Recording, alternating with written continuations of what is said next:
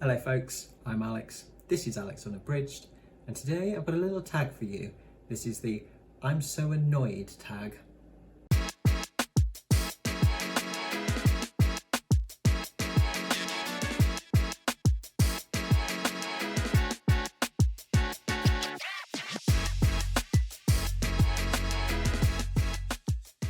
So welcome back to the channel if that is the case.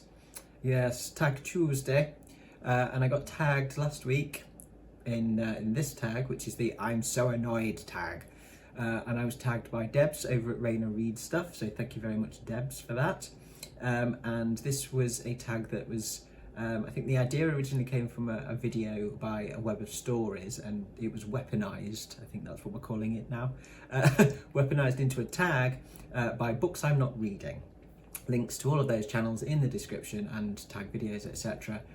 Below, so do check them out. Okie dokes, let's dive in then. It's not very often that I have a bit of a rant on the channel, so I shall try not to hold back today on some of the things that annoy me in books and reading and stuff like that. So the prompts then. Prompt number one. Do publishers ever do things that you find annoying? Share an example. Well, yes, they do.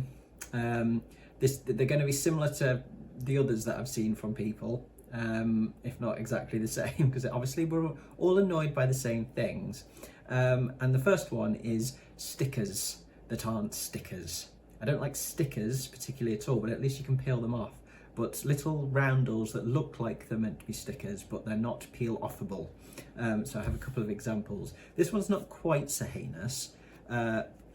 This one, because it looks like it's tried to be peeled, so they're having a joke about it. And it's the sort of book and cover and kind of, you know, in terms of the content as well, it's a bit kind of, it's a strange format. So I can deal with that. That's not too bad. One of the ones that I really don't like is this one. This is not a peelable sticker, nor do I care that it's a Netflix TV film by Alex Garland. I bought the book, I want to read the book. You know, I already knew there was a film anyway because I haven't Netflix, but I don't need it slapped on this lovely minimalist cover. And it looks like it's on all of the others as well in this particular edition. That annoys the crap out of me. There's no need for it. Get it off my cover. The other thing that I dislike are kind of, you know, the blurbs from other authors on the backs of books. If they're useless, basically, if they're not specific to that book particularly, in terms of they're actually saying something, you know, relevant about what the book is about or the type of book that it is. This one, Patricia Wants to Cuddle, has 3 quotes on the back of it. Lily Wazowski, so much fun. Kristen Arnett, horrifying and delightful. Jacob Tobia, to die for. It's great that you liked it, but that doesn't really tell me anything. You might have liked it, I might not like it. It's like, I want something more substantial, please, other than just amazing, wonderfully fantastical, or, you know, ooh, really scary. Yeah, well, this, you know, I hope this is going to be, you know, horrifying because it's a horror. So yeah, no, I don't need that on the back of the book. A way to do it correctly is on this one for me, A Guest in the House, which is a graphic novel which I got for Christmas by Emily Carroll. And on the back of this, we've got 2 pull quotes. One is from Paul Tremblay, author of The Cabin at the End of the World, which says, "With the hypnotically brilliant A Guest in the House, phantasmagoria meets family psychodrama. I'm left agape and haunted and wanting more." Okay, that gives me some idea. Plus, the phantasmagoria meets family psychodrama is in bold and red, so they're pulling out exactly, you know, what's the really specific thing. And the other one is by Sloane Leong, co-creator of Graven Eye, which says, Carol brings her trademark sensual grotesquerie to this deep character study, braiding the grisly threads of a woman's everyday mundanity with a lush and sordidly brutal dreamscape. As melancholic and erotic collide, A Guest in the House evolves into a modern horror masterpiece. Yes, plenty of information in there about what kind of story it is. Thank you very much. That's how you do it. Publishers, take note. Okay, so that's question 1. Okay, prompt number 2. Have you ever been annoyed by a spoiler? Even something as simple as someone else telling you there's a great twist. I have been annoyed by spoilers. Deeply, deeply annoyed by spoilers. But not from anybody like, a friend or anything, just saying like, oh, it's a great twist, or, oh, it's really kind of, fast paced or anything like that, or it's just about, what it's the general premise, something you could read off the back or get in the first chapter. I don't consider those spoilers generally. I haven't ever really been spoilt like that. On 2 separate occasions, however, I have been spoilt by the introduction to the book. And that is just like, what were you thinking? Why are you putting a kind of a critical analysis or an author introduction or whatever to the book at the beginning before I've even read the story and spoiling major twists or plot points? What are you thinking? So that's happened twice now. So now I never read the introduction before I read the main story text. I go back to the introduction at the end. Stephen King was one of them. There was, I forget which book it was now, but there was one where it was like, I was just like, you've got to be kidding me. You've just spoilt me on this and I haven't read your flipping book yet. If it's plot stuff and you want to discuss what happens in the book, put it at the end in an author's note, or put it in the end as a kind of an addendum or whatever. It's like, that's one of the most annoying things for me. The other spoiler that I've kind of, or the way I've been spoiled, is kind of a bit my own fault. And that is because if I've wanted to know about a book or something, I've searched on Google or YouTube or what have you for the book, and unfortunately it's been books where I've not realised there's a TV series alongside or a film, and I get obviously search results which incorporate the film or TV series as well, often with a visual kind of reference, and there's something in that has essentially spoilt something about the book or the plot for me, basically. But that's only happened on a couple of occasions, so I'm just really careful now about like how I search for things. I basically, if I want to search some stuff on a book, I only ever go to like Storygraph or Goodreads now, if I haven't read it. Once I've read it, I can search to my heart's content on YouTube and Google. But yeah, I spoiled, that was my own fault really for not thinking about what might pop up. Okay, prompt number 3. Have you ever been annoyed at what you've discovered in a little free library, a book sale, or used bookstore? Tell us what you found and why it was so annoying. I haven't ever found anything that annoyed me. We don't have little free libraries where I am, which I'm sad about. But a book sale or a used bookstore, no, there's nothing that's annoyed me at all. There's a couple of used bookstores where I'd say like actually finding something in the first place is a little bit annoying because they're just jumbles of everything. But it's kind of, that's partly annoying and partly fun because you find little gems in that, so I deal with it. But yeah, no, nothing else that I've found that was annoying. Okay, prompt number 4. When it comes to short story collections, are you annoyed if there's a novella in the middle of the collection? No, not particularly. I prefer it if it's telegraphed that there's a novella in there. Just because then if I want to like not start a longer piece, if I'm reading short stories, it's because I want a quick blast of something that I can just read in one sitting and then, kind of put down for a bit and come back to, at a later date for another little story. So if I do start something and it happens to be a novella, and certainly a novella that's on the longer side, I'd kind of want to know that really going in. But, you can usually tell these things by looking in the front cover and the contents in the front matter and seeing how many pages things are before you start them. So, do you know what I mean? It's like, that's fine. I do, however, prefer novellas to be separate. I like novellas just to be those really thin little volumes. I I like those thin little books. Then they feel nice. They're nice to read. So I do prefer novellas to be separate if possible. But it doesn't bother me if they're in a collection. Okay, prompt number 5 then. Deckled edges, beautiful or annoying? Beautiful, not annoying at all. I don't have anything with deckled edges. I did see a really lovely edition of The Master and Margarita, Bulgakov, in Waterstones when I was shopping with my Christmas vouchers in January. And I nearly bought it, but it was quite expensive, for considering how much else I wanted to get with my vouchers. So I didn't, but I've kept thinking about it, so I might get it. I might ask for it for my birthday.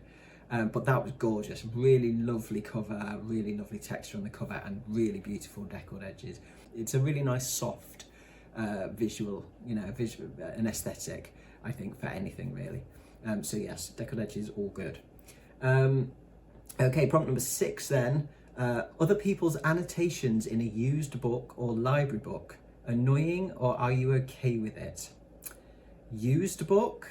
Yeah, it doesn't bother me too much. I prefer if they're relevant. Random stuff like a little, phone number or note to self or whatever in it would probably put me off buying the book. If it was, really full of notes that were irrelevant, but relevant, little notes in it. In fact, sometimes I really quite like that because I like seeing what other people were thinking about when they were reading it. I'd rather they would be in pencil though, because then I can always rub them out if I don't want them. Pen, don't know, I never mark my books with pen. I might mark up with it very lightly in pencil, but I don't like pen in a book particularly, so I'd prefer it if it wasn't pen. But the sort of, like trashy old paperbacks, which is often what I buy in a used bookstore, I don't really care because I'm getting them for a couple of quid anyway. Yeah, I quite like. There's some things where like this one I picked up in a used bookstore. It's a properly like trashed copy. Really, it's pretty nasty and like smells. It smells musty. But like stuff like this right in the back cover there, somebody's shopping list. Somebody's adding up their budget. They're balancing the books. So we've got cigs, food, dog food. Cigs at £5.50, so I'm guessing this is probably quite old. £5.50.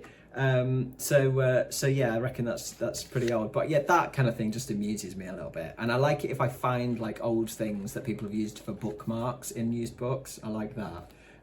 But yeah, general kind of notes in books, I'm not so bothered about it for used books. Library books, on the other hand, absolutely not okay. It's difficult because if it's a library copy that someone has donated to a library that already had the marks in them, in the notes, annotations, etc. in them, then I'll kind of forgive it a little bit if it's a really old copy, because certainly over here, like, libraries need donations, and I'm not gonna, kind of get mad at them for taking books and lending out books that people have donated that happen to have annotations in. If you were to annotate in a library book when it was actually a library book, no, not acceptable behaviour, thank you. So yes, no, library books, no, not okay generally. Okay, prompt number 7 then. If there's a series or a collection of certain types of books, like an imprint, and changes are made, are you annoyed or okay with it? I'm not really a book collector at all. I would like to be, but that will be if I win the lottery. Then I will, let's face it. If I won the lottery and had space for a whole library, I would collect books. But generally I'm not that bothered about collecting, like, getting collections or whatever. So I'm not trying to achieve a kind of an aesthetically pleasing shelf in that respect. If I can get stuff in particular editions, where I've already got a couple of particular editions, and I'll try and find perhaps stuff that matches, then if I can find it, great. But generally I'm not too worried. I am disappointed if the publishers change a design that I like, though. yeah, I get a bit. I can that find a bit annoying sometimes. If it's a trilogy, however, or a shorter series, I kind of do want them to be the same. That's when I do get a little bit annoyed. Like Annihilation, this one which I showed earlier. This one's got like the two others in the trilogy. You've got a similar sort of. I hope you can see that. A similar sort of design in different colours. Now, I haven't got those yet. Now, I want, even though I hate this sticker, which I'm going to assume is probably on the other editions as well, but I want this edition for all three. I want these kind of minimalist covers, bright covers. I don't want to mix and match on other designs. That would just kind of make me a little bit, yeah, wouldn't like that.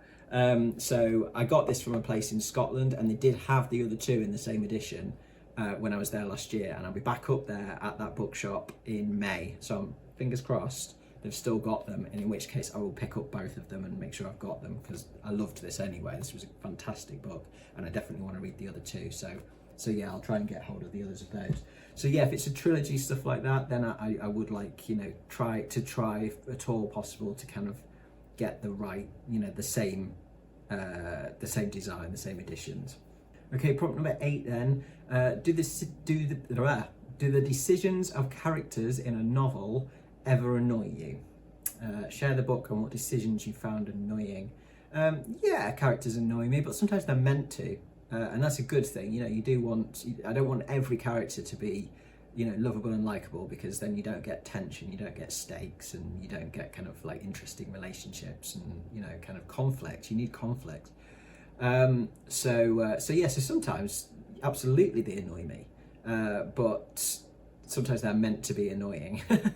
I can deal with annoying characters generally, as long as it's not all the characters in the book that I find annoying. Which is why I had such an issue with The Ruins by Scott Smith. I found every single character in that completely and utterly irritating. I didn't care for any of them at all, and, you know, consequently didn't really care what happened to them. I wasn't rooting for any of them. So that was unsuccessful for me, because I found everybody so annoying. There wasn't anybody to kind of hook onto that I liked. But yeah, generally, a few annoying characters can be good. I do get annoyed if the characters make decisions that are out of character. That's where I get annoyed, really annoyed, because that's kind of bad writing for me. You know, if a character's motivation isn't clear, or they suddenly have a personality transplant halfway through and make some really weird decisions based on how, you know, in, you know, kind of conflict with how they've been built as a character throughout, that I can't make head nor tail of, and it just feels wrong for the book, then yeah, that annoys me. Because it just feels like, yeah, as I say, it's like, doesn't feel like good writing to me. But yeah, generally, if they're meant to be annoying, we're all good.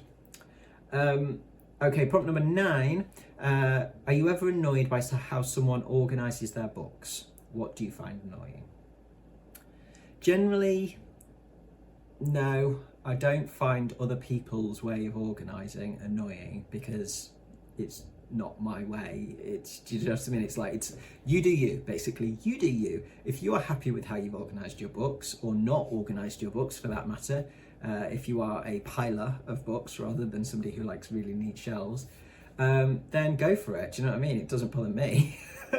I'm not trying to find books in your book stacks or on your bookshelves. Rainbow shelves make me laugh a lot. Because I just think, why?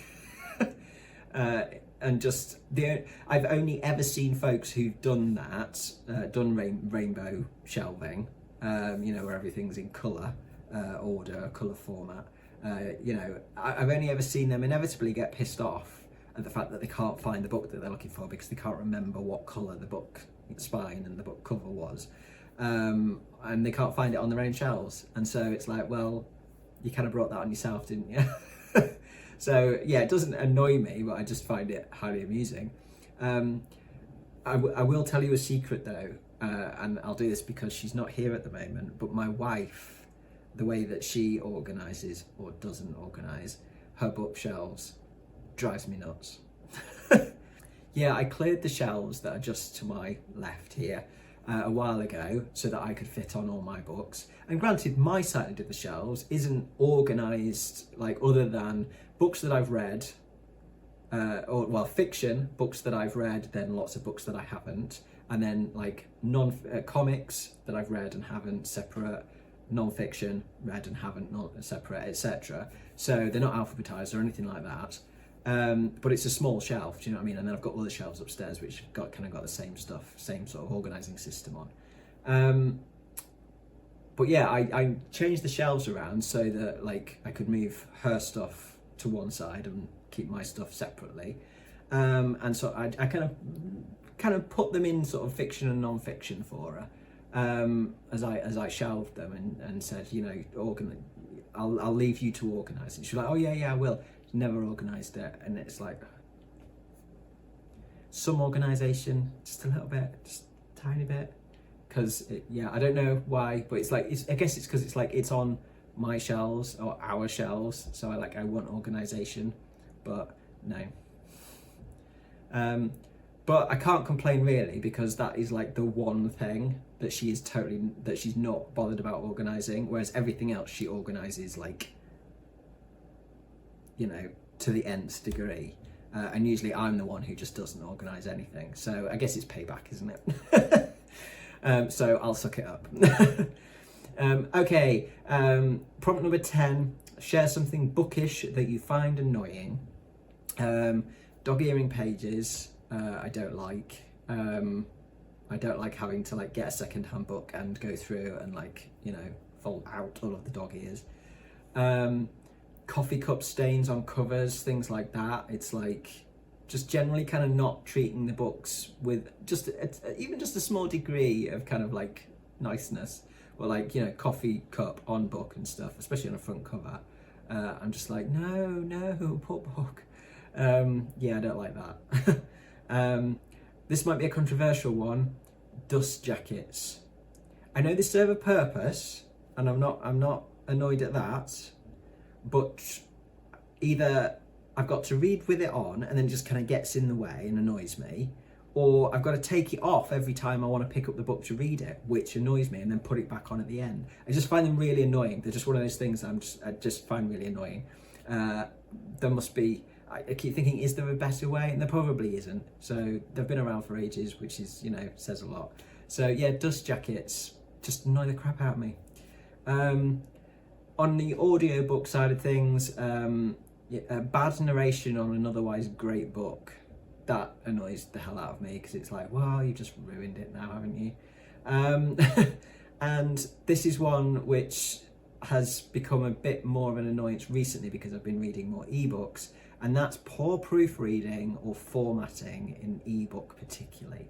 I don't see it so much in print copies, but maybe it's because I'm reading a lot more kind of indie stuff, self-published stuff, where I get it, do you know what I mean? People haven't necessarily got the budget, etc., to send stuff out for editing properly and things like that. So do you know what I mean? I'm not going to be too much of an arse about it. But when it's the odd mistake and stuff, God, it doesn't bother me at all. But there's been a couple of things that I've read where it's been like the formatting has been just wrong essentially, or like the amount of spelling errors and missed words and incorrect words and all that kind of stuff in it has just, especially in a short piece like a novella, has just been too much. It's just been like, nah, that's, you know, it's starting to impact my enjoyment now because I'm getting distracted by all of these mistakes in it. So yeah, that does get on my nerves a little bit. And it's something that I'm really acutely aware of when I'm like thinking about proofreading my own work, that I don't end up doing that, because it would be horrible for me to be like, that really annoys me, and then put something out that is full of mistakes. So yeah, but yeah, it's a niggle. So that is it from the main tags. The only one left to do, number 11, is to tag some other people. And I will tag 3 people today. I will tag a man who I know loves a bloody good rant at any given opportunity. Yes, Troy, that's you. Mr. Troy Tradup, you are tagged again.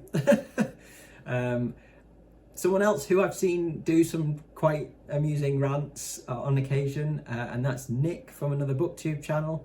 I don't know whether you do tags or not, Nick. I think I've seen the odd one. But if you fancy this, give it a crack. And a man who I don't think I've ever seen a rant from. In fact, he always seems ultimately positive and happy about everything, and I'm just wondering if there's anything that actually does annoy him. And that's Gareth from Book Songs and Other Magic. So yes, so if any of you fancy a little bit of a whinge about things, bookish things that might annoy you, then give this tag a go. So that'll do from me today, folks. Thank you very much for watching. As always, do drop your thoughts in the comments below and tell me what grinds your gears about books and publishers and all that kind of stuff. I'll be back on Friday with, I'm not entirely sure what yet, probably my wrap-up, I think, for February, but possibly something else. I'm not sure, it depends on what I get filmed this week. So I hope you'll join me then for more bookish rambling, but from me, for now, that's ta-ra.